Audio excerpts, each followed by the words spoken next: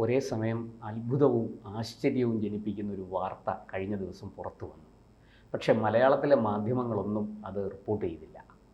എന്നാൽ ദേശീയ മാധ്യമങ്ങൾ അത് വലിയ പ്രാധാന്യത്തോടെ തന്നെ റിപ്പോർട്ട് ചെയ്തു. കഴിഞ്ഞ 10 വർഷത്തിനിടയ്ക്ക് ഇന്ത്യയിൽ അതിദരിദ്രരുടെ എണ്ണം 27 കോടിയിൽ നിന്ന് 5 കോടിയായിട്ട് കുറഞ്ഞു എന്ന് ലോകബാങ്കിൻ്റെ കണക്കുകൾ, ഏറ്റവും പുതിയ കണക്കുകൾ ഉദ്ധരിച്ചുകൊണ്ടാണ് ആ വാർത്ത ദേശീയ മാധ്യമങ്ങൾ പ്രസിദ്ധീകരിച്ചത്. എന്താണ് അതിനെ സംബന്ധിച്ച കൂടുതൽ വിശദാംശങ്ങൾ നമുക്ക് എന്താണ്? ശരിയാണ്, ഇത് ഭാരതത്തിൻ്റെ ഒരു വികസന ചരിത്രത്തിൽ പുതിയൊരു അധ്യായം തന്നെയാണ്.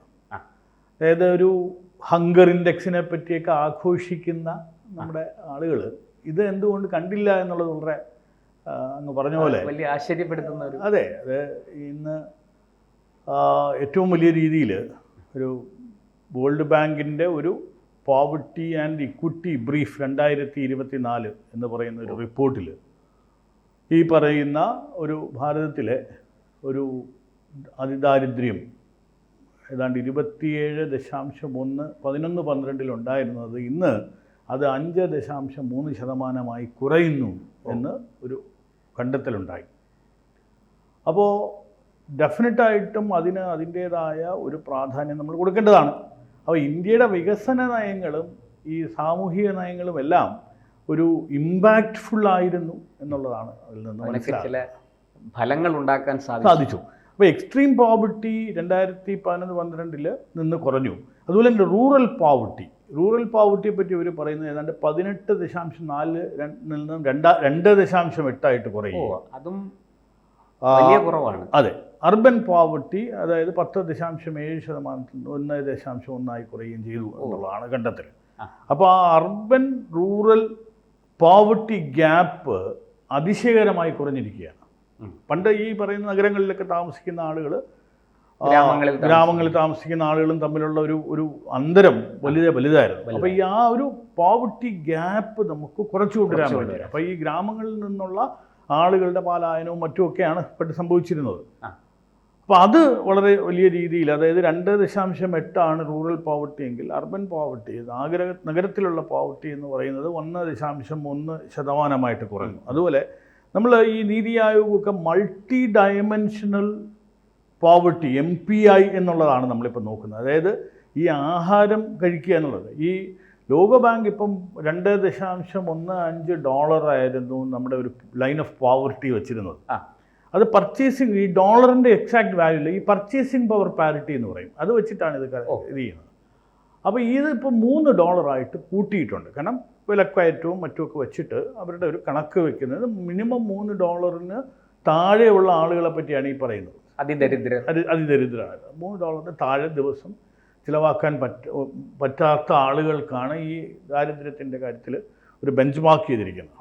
അപ്പോൾ ഭാരതം പക്ഷേ ഒരു മൾട്ടി ഡയമെൻഷണൽ പോവർട്ടി എന്ന് പറയുന്നത് സോഷ്യൽ ഇൻഡെക്സ് ആകട്ടെ, അതിനകത്ത് ശുചിമുറി മുതൽ ഭവനം, ജലത്തിൻ്റെ അവൈലബിലിറ്റി, പൈപ്ഡ് വാട്ടർ ഉപയോഗിക്കുന്നത്, ഗ്യാസ് അടുപ്പുകളുടെ കാര്യം, ഇങ്ങനെ ഒരു മൾട്ടി ഡയമെൻഷൻ. അപ്പോൾ ഈ മൾട്ടി ഡയമെൻഷണൽ പോവർട്ടി പോലും ഒരു ഇൻക്ലൂസീവ് ഗ്രോത്തിൻ്റെ അടയാളമായിട്ടാണ്, അതും വളരെ അധികം കുറഞ്ഞതായിട്ടാണ് കഴിഞ്ഞ നീതി ആയോഗിൻ്റെയൊക്കെ റിപ്പോർട്ട്. അതുകൂടാതെ ഇൻകം ഇക്വാലിറ്റി, അതായത് നമ്മൾ ഈ പറയുന്ന സമ്പന്നരാകുന്നു, ദരിദ്രരാകുന്നു എന്നുള്ളൊരു ഇതുണ്ട്. അതൊരു ജിനി ഇൻഡെക്സ് എന്ന് പറയുന്ന ഇൻഡെക്സിൻ്റെ ഒരു ബേസിസിലാണ് നോക്കുന്നത്. ഇത് കൂടുന്നതും കുറയുന്നതിനെ പറ്റിയുള്ളൊരു കണക്കുകൂട്ടൽ. ഇത് സ്റ്റാറ്റിസ്റ്റിക്കൽ ഇതിന് വേണ്ടിയിട്ടാണ്. അപ്പോൾ അതും ഈ ജിനി ഇൻഡെക്സ് 28.8 നിന്ന് 25.5% കുറയുകയുണ്ടായി. അത് നല്ലതാണ്. അതായത് കുറയുക എന്ന് പറയുമ്പം ഈ ഇൻകം ഡിസ്പാരിറ്റി കുറഞ്ഞിട്ടുണ്ട്.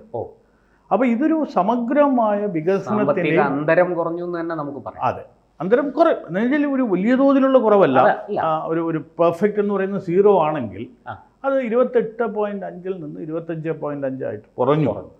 അപ്പം 3%. അപ്പോൾ ഒരു വൈഡ് സ്പ്രെഡായിട്ട് എല്ലാ ഈ സബ്കാ സാത്ത് സബ്കാ വികാസ് എന്ന് പറയുന്നതിൻ്റെ ഒരു ഇമ്പാക്റ്റ് വന്നോ ഇല്ലയോ എന്നൊക്കെ നമുക്ക് മനസ്സിലാക്കാൻ പറ്റുന്ന ചില സൂചികകളാണ് ഇതെല്ലാം.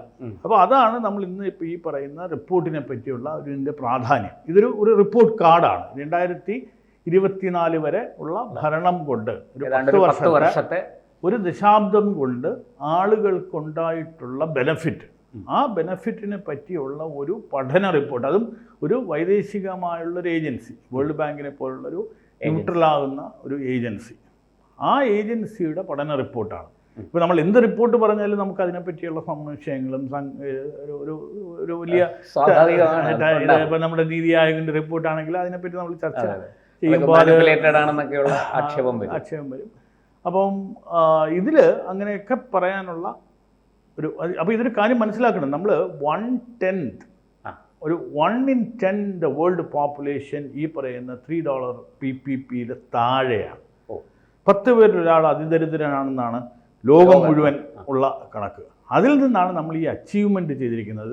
ഒരു 5%, 140 കോടി ആളുകളുള്ളതിലെ 5% ആണ് ഇന്ന് നമ്മൾ അതിദരിദ്രർ എന്ന് കണക്കാക്കുന്ന ആ സൂചികയിൽ പെട്ടിരിക്കുന്നത്. അതാണ് അതിൻ്റെ ഒരു ഇമ്പോർട്ടൻസ്. അപ്പോൾ അതൊരു വലിയ തോതിലുള്ള ഒരു പ്രോഗ്രസ്സാണ്. ഇതാണ് ഈ റിപ്പോർട്ടിനെ പറ്റി നമുക്ക് ഒരു സംക്ഷിപ്തമായിട്ട് പറയാം. ഇടയ്ക്ക് അവിടെ ഞാനൊരു ചോദ്യം ചോദിച്ചോട്ടെ. 2014 മുമ്പ് നമ്മുടെ അന്ന് പ്രധാനമന്ത്രിയായിരുന്നു, 2004 മുതൽ 2014 വരെ തുടർച്ചയായിട്ട് 10 വർഷം ഭരിച്ച ഡോക്ടർ മൻമോഹൻ സിംഗ്, അദ്ദേഹം ഒരു വലിയ ധനകാര്യ വിദഗ്ധനും സാമ്പത്തിക വിദഗ്ധനും ഒക്കെയാണ്. അദ്ദേഹത്തിൻ്റെ നേട്ടങ്ങളെക്കുറിച്ചൊന്നും ഞാനിപ്പോൾ വിശദീകരിക്കുന്നില്ല. പക്ഷെ അദ്ദേഹം അന്ന് പറഞ്ഞത് ഈ ദാരിദ്ര്യം ഇല്ലാതാക്കാൻ എൻ്റെ കയ്യിൽ മാന്ത്രിക വടിയൊന്നും ഇല്ല എന്നാണ്. ഇപ്പോൾ പക്ഷേ ഈ 2014 മുതൽ 2024 വരെയുള്ള കണക്കെടുക്കുമ്പോൾ മോദിയുടെ കയ്യിൽ അങ്ങനൊരു മാന്ത്രിക വടി ഉണ്ടോ എന്ന ചോദ്യമാണ് ഉയരുന്നത്. ഡെഫിനറ്റായിട്ടും അദ്ദേഹം വളരെ വലിയ റെസ്പെക്റ്റഡ് ആയിട്ടുള്ള ഒരു ധനകാര്യ വിദഗ്ധനായിരുന്നു. അദ്ദേഹം സാമ്പത്തിക കൈകാര്യം ചെയ്തുകൊണ്ടിരുന്ന കാലത്ത് നരസിംഹറാവു ഗവൺമെൻറ്റിൻ്റെ സമയത്ത് ഈ ഭാരതത്തിൻ്റെ ഒരു ഇൻഫ്ലക്ഷൻ പോയിൻ്റ് എന്നൊക്കെ പറയുന്ന ഇത് ഉണ്ടാക്കാനായി ഭാഗമായിട്ടുണ്ടായിരുന്നൊരു അദ്ദേഹമാണ്. അപ്പോൾ ഒരു നാച്ചുറലി അപ്പം 1990s ഉണ്ടായിട്ടുള്ള ചേഞ്ച് ഭയങ്കരമായിട്ട് നമ്മളൊരു വഴിത്തിരിവിന് അടിത്തറയിട്ടത് അദ്ദേഹം അതിന് ഒരു കാര്യമായിട്ട്. പക്ഷേ ഈ 2004 മുതൽ 2014 വരെയുള്ള കാലഘട്ടമാണല്ലോ നമ്മൾ ഇത് ചോദിക്കുന്നത്. അദ്ദേഹത്തിൻ്റെ മാന്ത്രിക വടി അല്ലെങ്കിൽ വടി ഉണ്ടായിരുന്ന കാലത്ത് അതിനകത്ത് മാന്ത്രിക ശക്തി ഉണ്ടായിരുന്നോ ഇല്ലയായിരുന്നു എന്നുള്ളതാണ്. അപ്പോൾ ഇതിനകത്തുള്ളൊരു ബേസിക് പോയിന്റ് നമ്മൾ മനസ്സിലാക്കേണ്ടത് എന്തുകൊണ്ട് നമുക്കിത് അച്ചീവ് ചെയ്യാൻ പറ്റി. ഈ 10 വർഷത്തിൽ എന്തുകൊണ്ട് നരേന്ദ്രമോദി അല്ലെങ്കിൽ നിർമ്മലാ സീതാരാമൻ, അരുൺ ജെയ്റ്റ്ലി മുതലായ ആ ടീമിന്, ഞാനിത് ആർക്കും ഒരു സിംഗിൾ പോയിന്റ് ക്രെഡിറ്റ് ആയിട്ട് നമുക്ക് പറയാൻ പറ്റില്ല. ഒരു ടീം വർക്ക്, ഇത് ടീം വർക്കാണ്. അതിന് ഒരു നേതൃത്വം കൊടുത്തു. ആ പറയുന്ന ഒരു നേതൃത്വമാണ് ഇതിനൊരു ഡിഫറൻസ് ഉണ്ടാക്കുന്നത്. അപ്പോൾ അതിനകത്ത് ആദ്യമായിട്ട് എനിക്ക് തോന്നുന്നത് ഒരു പോളിസി ചോയ്സസ് എന്ന് പറയും. നമുക്ക് ആദ്യമായിട്ട് അദ്ദേഹം ചെയ്തത് ഡയറക്റ്റ് ബെനഫിറ്റ് ട്രാൻസ്ഫർ എന്നായിരുന്നു. ഈ മൻരേഗ പോലെയും മിഡ് ഡേ മീൽ പോലെയും ആഹാരം, ഫുഡ് സെക്യൂരിറ്റി ആക്ട്, ഇതെല്ലാം പണ്ട് മുതലേ ഉണ്ടായിരുന്ന ഒരു അല്ലെങ്കിൽ പാവപ്പെട്ടവർക്ക് ഇൻ്റർവീൻ ചെയ്യാനായിട്ട് ഈ പോവർട്ടിയിൽ നിന്ന് മുകളിലോട്ട് കൊണ്ടുവരാനുള്ള ആളുകൾക്ക് ഭാരതത്തിലുണ്ടായിരുന്ന ചില സ്റ്റെപ്സ് ആയിരുന്നു. പക്ഷേ ഇതൊന്നും ഈ മൻരേഗ പോലുള്ള ഇതുപോലും ഇതിനകത്ത് ഇടയിൽ നിന്ന് ഈ രാജീവ് ഗാന്ധിയുടെ കാലത്ത് അദ്ദേഹം പറയുകയുണ്ടായി, ഏതാണ്ട് ₹1 ചിലവാക്കിയ 15 പൈസ ആളുകളുടെ കയ്യിൽ നിന്ന് 16 പൈസയൊക്കെ ആളുകളുടെ കയ്യിലേക്ക് എത്തുള്ളൂ എന്ന് പാർലമെന്റിൽ, ഭാരതത്തിന്റെ പാർലമെന്റിൽ പറഞ്ഞ അപ്പോൾ അത് ഒരു സീരിയസ് മാറ്ററാണ്. അപ്പോൾ എനിക്ക് തോന്നുന്നത് ആദ്യമായിട്ട് തന്നെ ഡയറക്റ്റ് ബെനഫിറ്റ് ട്രാൻസ്ഫർ, ഈ പറയുന്ന ആളുകൾക്ക്, ഗുണഭോക്താക്കൾക്ക് അവർക്ക് കിട്ടേണ്ട പണം, കിട്ടേണ്ട തുക അവരുടെ ബാങ്ക് അക്കൗണ്ടിൽ. അപ്പോൾ അതിനകത്ത് മിഡിൽ മെൻ ഇല്ല, അതിനകത്ത് മോഷണമില്ല, അപ്പോൾ ഈ 84 പൈസയും നേരിട്ട് താഴെ വന്നു. അപ്പോൾ വികസനത്തിനും അവരുടെ ദാരിദ്ര്യം നിർമ്മാർജ്ജനത്തിനും മറ്റുമൊക്കെ നേരിട്ടുള്ള ഒരു ഇതുണ്ടായി. അതാണ് ഒരു ഫസ്റ്റ് ആൻഡ് ദ ഫോർമോസ്റ്റ്. ആ ഡയറക്റ്റ് ബെനിഫിറ്റ് ട്രാൻസ്ഫർ എന്ന് പറയുന്നത് ഐ വുഡ് സേ ഇതൊരു വലിയ തോതിലുള്ള ഒരു ഗെയിം ചേഞ്ചർ ആയിരുന്നു എന്ന് തന്നെ നമുക്ക് മനസ്സിലാക്കണം. 2, ഈ പറയുന്ന rural urban gap, Jini index എന്നൊക്കെ നമ്മൾ പറഞ്ഞത്, ഇത് നഗരങ്ങളിൽ മാത്രമല്ല ഗ്രാമങ്ങളിലും കൂടെ നമുക്ക് എത്തിക്കാൻ പറ്റി. അപ്പോൾ ഒരു വികസനം എന്ന് പറയുന്നത് ഗ്രാമങ്ങളിലേക്ക് പോയി. പിന്നെ ഉള്ളത് ഒരു വലിയ ഇൻഫ്രാസ്ട്രക്ചർ പുഷാണ്. കാരണം റോഡുകളും ഗതാഗതവും മറ്റുമുള്ള ആ പറയുന്ന എയർപോർട്ടുകൾ ഉൾപ്പെടെ ഉള്ള അടിസ്ഥാന സൗകര്യത്തിനകത്തുള്ളത് വലിയ തോതിലുള്ള ചേഞ്ചസ് ഉണ്ടായിട്ടുണ്ട്. അപ്പം ഈ പറയുന്ന ഫുഡ് സെക്യൂരിറ്റി, നമുക്ക് ആഹാരം മറ്റുള്ളവരിൽ എത്തിക്കാനും പ്രോസസ്സ് ചെയ്യാനും അവർക്ക് വില കിട്ടാനും ഒക്കെ ഉള്ള ഒരു അംഗീകാരമാണ്, അല്ല ഒരു നിലവാരം ഉയർന്നു. അതൊരു വലിയൊരു പുഷാണ്. പിന്നെയുള്ളതെന്ന് പറയുന്നത് ഈ എംപ്ലോയ്മെൻറ്റ് ഗ്രൂത്ത് അമംഗ് വിമൻ, ഏതാണ്ട് 2021 മുതലുള്ള തൊഴിലവസരം വർദ്ധിപ്പിച്ച് സാമൂഹ്യ പുരോഗതിക്ക് വഴിയൊരുക്കി എന്നുള്ളതാണ് കണ്ടെത്തൽ. അപ്പം ഈ inclusion of women in the employment sector, അവർക്ക് വലിയ തോതിലുള്ള ഒരു തൊഴിലവസരങ്ങൾ കിട്ടിയതൊരു ഇതാണ്. പിന്നെ മൾട്ടി ഡയമെൻഷണൽ സക്സസ് ആണിത്. അതിനകത്ത് ഈ പറയുന്ന ഒന്ന് ശുചിത്വം, വിദ്യാഭ്യാസം, ആരോഗ്യം, ഇതിലുള്ള ഒരു പുരോഗതി. അപ്പം സസ്റ്റൈനബിൾ ഡെവലപ്മെൻറ്റ് ഗോൾ എന്ന് പറയുന്ന അതിൻ്റെ ലിങ്ക് ചെയ്തിട്ടുള്ള ഡയമെൻഷൻസ് കൊണ്ടുവന്നു. അപ്പോൾ ഇതൊരു ഹോളിസ്റ്റിക് ഡെവലപ്മെൻറ്റ്, ഒരു സമഗ്രമായ വികസനത്തിന് വേണ്ടിയുള്ള ആ ഒരു എഫേർട്ടിൻ്റെ ആക്കം കൂട്ടി എന്നുള്ളതാണ്.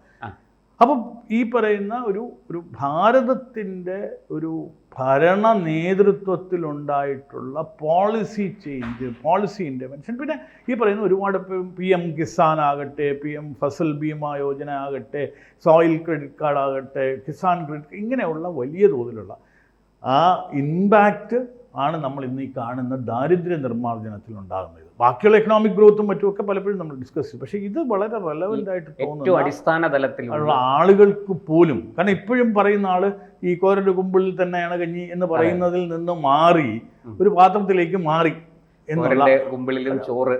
അതെ, പക്ഷേ ഡെഫിനറ്റായിട്ട് നമ്മളൊരു ഇത് പറയുകയാണെങ്കിൽ ഈ ലോകബാങ്ക് നൽകിയിരിക്കുന്ന ഒരു അംഗീകാരം തന്നെയാണെങ്കിലും നമ്മളൊരു ബഹുദൂരം ഇനി മുന്നോട്ട് പോകാനുണ്ട്.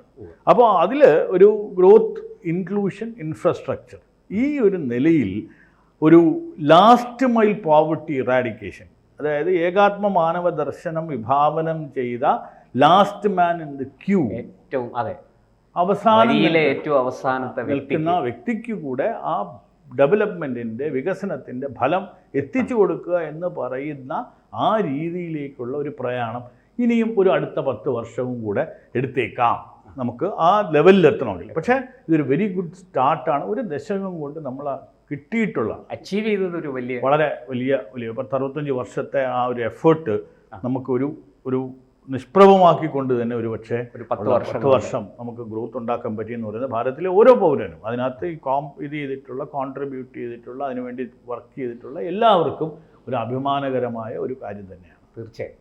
കൂടുതൽ വാർത്തകളും വിശേഷങ്ങളും നിങ്ങളിലേക്ക് എത്താൻ ABC മലയാളം സബ്സ്ക്രൈബ് ചെയ്യുക, ബെൽ ബട്ടണും അമർത്തുക.